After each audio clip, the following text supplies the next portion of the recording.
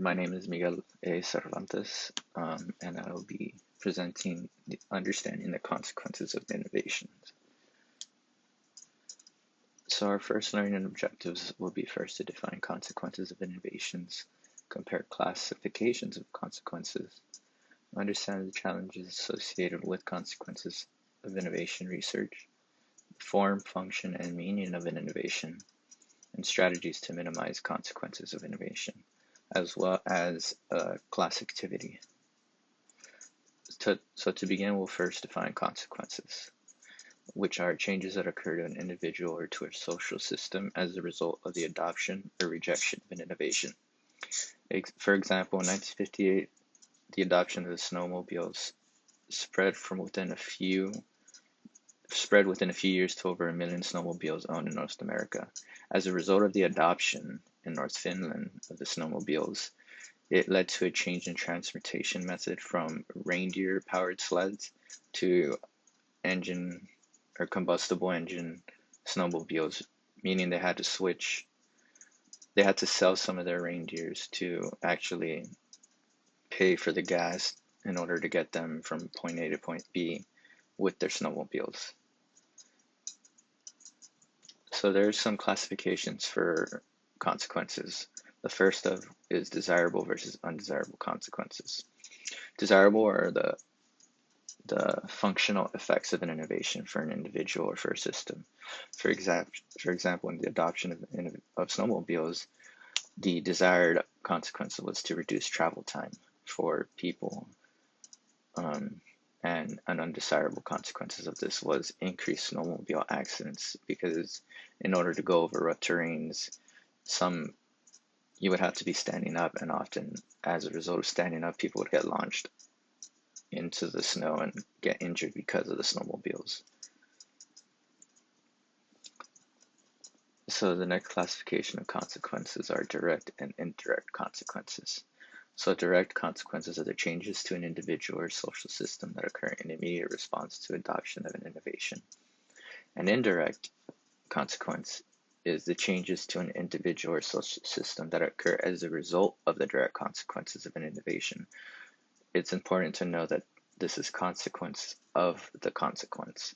So for example, in the indirect consequence, we see that snowmobiles led to increased noise levels, and these noise levels were a consequence of the adoption of snowmobiles. And as a result of the consequence of increased noise level, the deers were stressed out and would have to go deeper inland, up the mountains, to get away from this noise, and the stress caused them to have fewer fawns per year.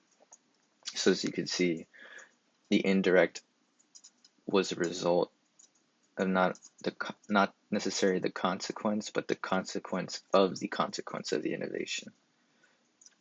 So it was, and as you can see, direct is a bit more simplified. It's quite honestly the immediate response to the adoption of an innovation. So snowmobiles, for example, the immediate adoption of them would be the increase of noise level and gasoline dependency.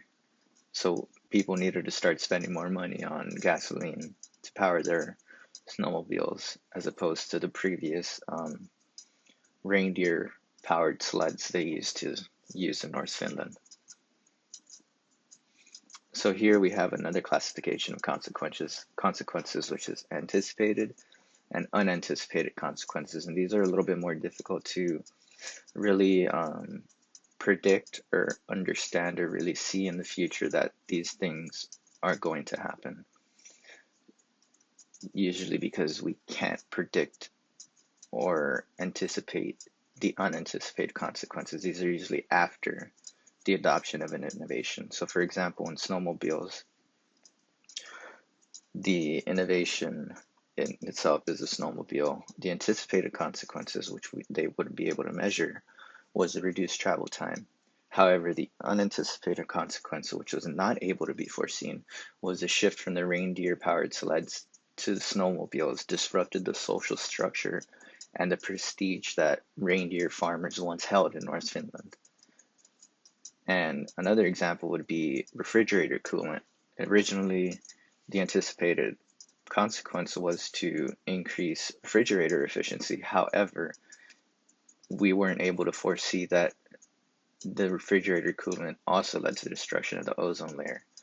So these are effects that happen after the innovation is adopted and are unforeseeable, which are usually the most detrimental to an innovation's consequences and the likelihood of that innovation being positive or negative towards the society. However, some of the challenges associated with these consequences of innovation research and the reasons we find it difficult to determine and predict some of these effects of an innovation is because change agencies have an innovation bias in the form of they always push for adoption even if without thinking of the adoption's consequences and or if the system in which the innovation is being implemented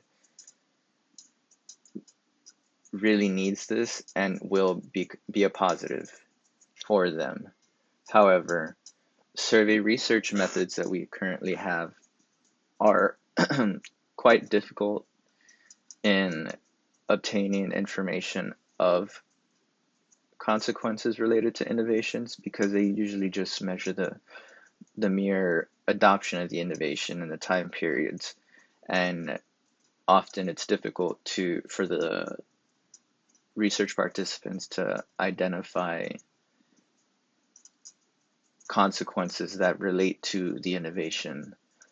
And this is also due to the confounding effects of the innovation within its system. For example, fertilizer application is often hard to determine its anticipated consequences or what consequences are related to it because of weather such as rain or drought. Often increased rain will lead to increased growth, which a consumer can view as the fertilizer being the main contributor to this growth, which is incorrect in some instances. However,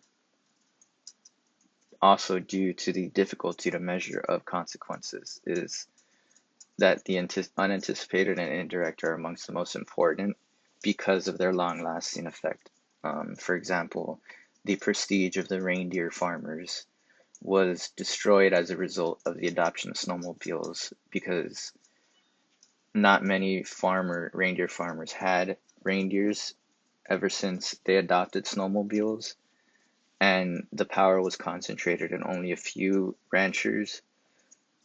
So not many families around Finland owned reindeers anymore, so it was not seen as a prestige to have a certain head of reindeer in your land. For example, form, function, and meaning of an innovation are excellent ways to predict an innovation's consequences or how the system will react to it. For example, form and function are quite easily to predict because of its physical appearance and its intended use. However, the meaning is where there lies some, how do you say this? There lies a disconnect between what innovation researchers and change agents see the meaning of an object and how the members of that society or social system actually view it. For example, the steel axe was mainly held, or the stone axe in the Aborigines tribes were previously used and maintained by the elders of the tribes. And with the introduction of the steel axes, which were far much more efficient, everyone was able to have access to the steel axe, and which led to the elders with the stone axe being shunned and not valued it anymore because everyone else had a steel axe, and they no longer needed to contact their elders to obtain an axe to work on projects around the tribe. So understanding the meaning of the innovation that it is replacing and or impacting is very important in understanding the impact of an innovation, and which is highlights a crucial factor of innovations and their consequences. Section will be performing a class activity that you or anyone else can perform with their class. So first we'll go with the adoption of e-cigarettes. A desirable consequence of this was to decrease the pollution or the negative odor associated with this. Undesirable consequences were that this led to much more dangerous pollution, or pollution of batteries, which is much more harmful than cigarette butts, for example. However, the next direct consequence of the adoption was the increase of batteries, increase of charge cables that needed for these cigarettes. An indirect consequence would be something such as the kids leading to the easy access of these cigarettes and the ease of which they can get away with these in class or away from their parents because of the lack of smell and the concealability of them. An anticipated consequence was the reduction of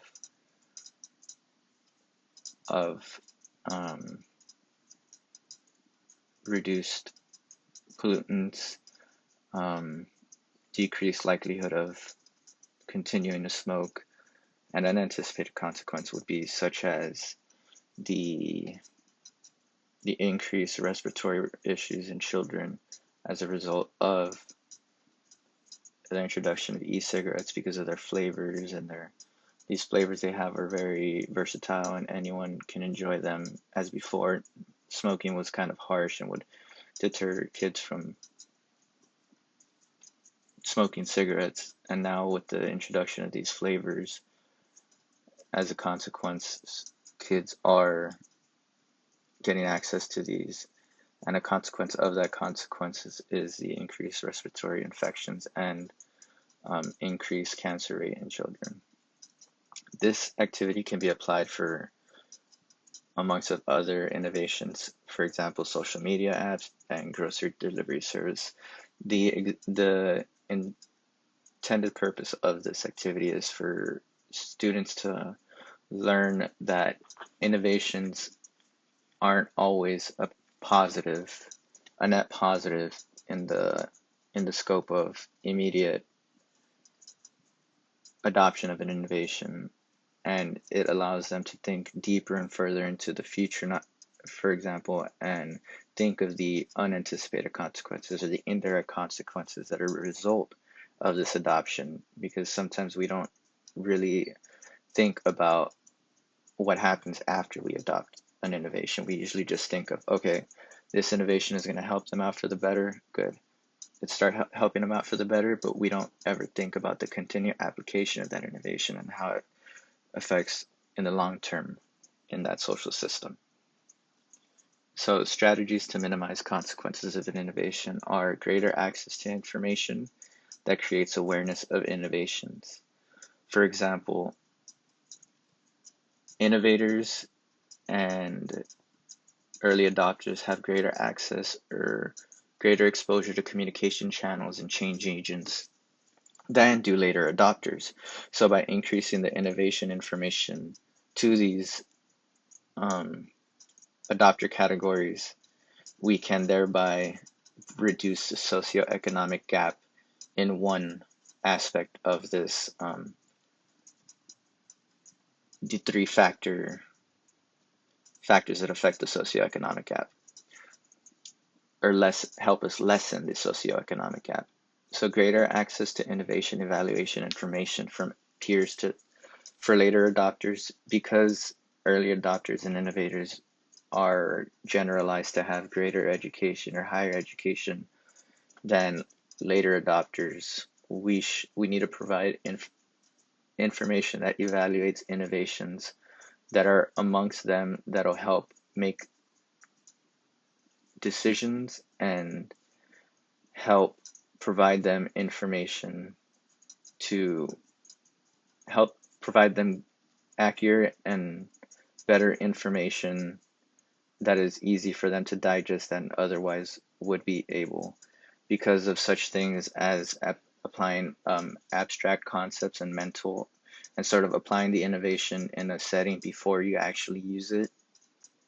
Sometimes these abstract practices aren't well well tuned in later adopters, which is a reason for them being later adopters. So by providing this information to them, we help bridge this gap and help later adopters get access to the innovations that actually matter, as well as possessing greater slack resources for adopting innovations for later adopters. This is due to early adopters and innovators having resources that can help they can take on the consequences or the negative risks associated with the innovation than do later adopters. So by providing later adopters with the same resources, we can help reduce the impact of that innovation's negative consequences on the socioeconomic gap.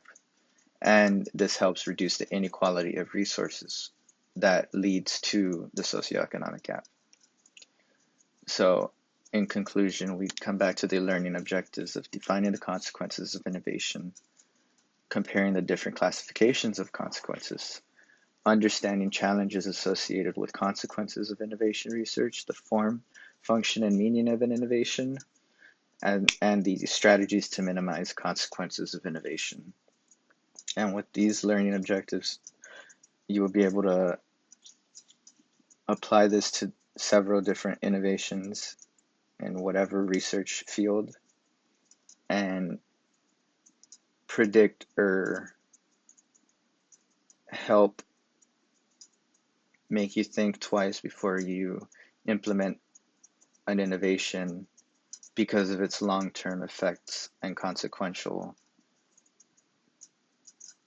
effects to the social system and disruptions it can have. Although the short-term returns may seem beneficial in doing what it is that we want, however, the long-term effects of innovations are difficult to measure and often overlooked, and is a reason why we should focus on consequences of innovations before we necessarily adopt an innovation. These are my references, and thank you for your time.